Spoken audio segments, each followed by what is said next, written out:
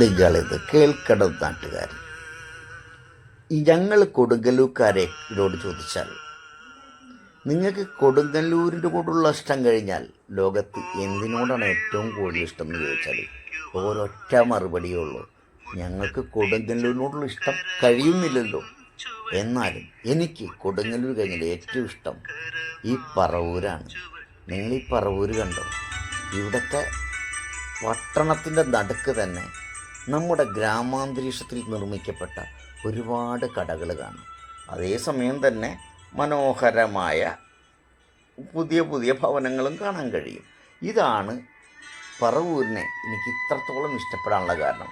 ഒരേ നിമിഷം തന്നെ പട്ടണത്തിൻ്റെ എല്ലാ സവിശേഷതകളും ഉള്ളപ്പോൾ തന്നെ നമ്മുടെ ഗ്രാമാന്തരീക്ഷത്തിലൂടെയും നമുക്ക് യാത്ര ചെയ്യാൻ കഴിയും. അതാണ് പറവൂർ.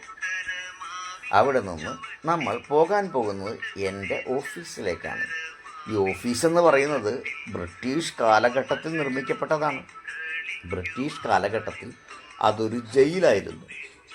ആ ജയിൽ ഇപ്പോൾ നിലവിൽ സെയിൽ ടാക്സിൻ്റെയും പിന്നീട് അത് കൊമേഴ്ഷ്യൽ ടാക്സിൻ്റെയും ഇപ്പോൾ അത് GST സ്റ്റേറ്റ് GSTയുടെയും ഓഫീസാണ്. അതിനു മുമ്പായിട്ട് നിങ്ങൾ പറവൂരിലെ കാഴ്ചകളാണ് ഈ കണ്ടുകൊണ്ടിരിക്കുന്നത്. ഇത് സഹകരണ സംഘത്തിൻ്റെ ഓഫീസാണ് കഴിഞ്ഞത്. ഇപ്പോൾ ഞാൻ നടന്നുകൊണ്ടിരിക്കുന്നത് എൻ്റെ ഓഫീസിലേക്കാണ്. ഈ ഓഫീസിലാണ് കഴിഞ്ഞ 6 വർഷമായി ഞാൻ ജോലി ചെയ്തുകൊണ്ടിരിക്കുന്നത്. ഞാൻ ഓഫീസിലേക്ക് കടന്നു ചെല്ലുകയാണ്. ഓഫീസിൽ ഒരുപാട് സുഹൃത്തുക്കൾ ഒരുപക്ഷെ എന്നെ പ്രതീക്ഷിച്ചിരിക്കുകയായിരിക്കും. നിങ്ങൾ ആ ഓഫീസിൻ്റെ അന്തരീക്ഷത്തിലേക്കൊന്ന് കടന്നു ചെല്ലൂ. ഇപ്പോൾ നമ്മുടെ ഓഫീസിൽ കാണുന്ന എല്ലാവരും എന്നെ പ്രത്യേകമായി ശ്രദ്ധിക്കുന്നതിന് കാരണമുണ്ട്. ആ കാരണം വഴിയെ ഞാൻ പറയാം. ഇത് ഞങ്ങളുടെ സ്റ്റേറ്റ് ടാക്സ് ഓഫീസ് അധികാരിയാണ്. ഒരു വ്യക്തി എങ്ങനെയാണ് ജനങ്ങൾ അല്ലെങ്കിൽ ഒരു ഓഫീസ് എങ്ങനെയാണ് നല്ല രീതിയിൽ നടത്തുക എന്ന് വെച്ചാൽ ഒരിക്കലും സ്ട്രിക്റ്റ് ആയിട്ടുള്ളൊരു ഓഫീസർക്ക് നല്ല രീതിയിൽ ഓഫീസ് നടത്തിക്കൊണ്ടുപോകാൻ കഴിയില്ല. വളരെ സ്നേഹപൂർവ്വം എല്ലാവരോടും ഇടപെടുമ്പോൾ അവർ തിരിച്ചു നൽകുന്ന അവരുടെ പ്രയത്നമാണ് ഓഫീസിൻ്റെ വിജയം. ഇത് ഞങ്ങളുടെ DSTO ഡെപ്യൂട്ടി സ്റ്റേറ്റ് ടാക്സ് ഓഫീസറായിട്ടുള്ള സ്വപ്ന മാഡമാണ്. ഇപ്പോൾ ഞാനീ ചെയ്യുന്നത് ആദ്യ ക്രമമാണ്. ഓഫീസിൽ വന്നാൽ ആദ്യം നമ്മൾ ഓഫീസ് രജിസ്റ്ററിൽ ഒപ്പുവയ്ക്കണം. അതിനുശേഷം ഒരു പുസ്തകം കൂടി ഞാൻ എടുക്കുന്നത് ശ്രദ്ധിച്ചിരിക്കുമല്ലോ. ഇതിൽ ഞാൻ എൻ്റെ കയ്യിൽ അന്നത്തെ ദിവസം എത്ര രൂപയുണ്ട് എന്ന് എഴുതുകയാണ്.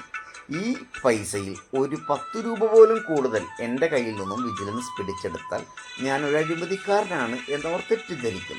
അതുകൊണ്ടാണ് ഇത് കൃത്യമായി രേഖപ്പെടുത്തുന്നത്. ആദ്യത്തെ കടമ എന്ന് വെച്ചാൽ ഞാനിപ്പോൾ ഇവിടെ ചെയ്തുകൊണ്ടിരിക്കുന്ന കടമ എന്താണെന്ന് വെച്ചാൽ എൻ്റെ ജോലിയിലേക്ക് ഞാൻ പ്രവേശിച്ചിരിക്കുകയാണ്. ഞാനിപ്പോൾ ചെയ്യുന്നത് എന്താണെന്ന് വെച്ചാൽ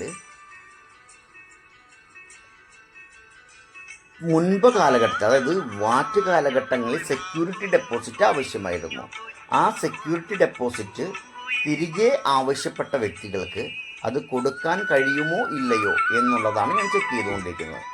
ഇപ്പോൾ എൻ്റെ കൂടെ വന്നിരിക്കുന്നത് പുതുതായിട്ട് കയറി വന്നിട്ടുള്ള ക്ലർക്കാണ്. ആ കുട്ടി എന്താണ് എൻ്റെ അടുത്ത് ഇരിക്കുന്നത് വെച്ചാൽ ഇതെങ്ങനെയാണ് ഇതിൻ്റെ നടപടിക്രമങ്ങൾ എന്ന് പഠിക്കുന്നതിൻ്റെ ഭാഗമായിട്ടാണ് എൻ്റെ അടുത്ത് വന്നിരിക്കുന്നത്. ഞാൻ ഏതെങ്കിലും വ്യക്തികൾക്ക് മുൻപ് കുടിശ്ശികകൾ ഉണ്ടായിരുന്നു എന്നും അവർക്ക് കൃത്യമായിട്ടുള്ള റിട്ടേൺ ഫയൽ ചെയ്തിട്ടുണ്ടോ എന്നുമാണ് ഞാനിപ്പോൾ പരിശോധിച്ചു കൊണ്ടിരിക്കുന്നത്. ഓഫീസിൽ ഇന്ന് വിഭവസമൃദ്ധമായ ഭക്ഷണമാണ് കഴിച്ചുകൊണ്ടിരിക്കുന്നത് എല്ലാവരും. അപ്പോൾ നിങ്ങളിതിൽ കാണുന്നുണ്ടാവും ബിരിയാണിയാണ് ഇന്നത്തെ ഭക്ഷണം. അതിന് വ്യക്തമായിട്ടുള്ള കാരണമുണ്ട്. ഞാൻ ഇവിടെ നിന്നും പിരിഞ്ഞു പോവുകയാണ്.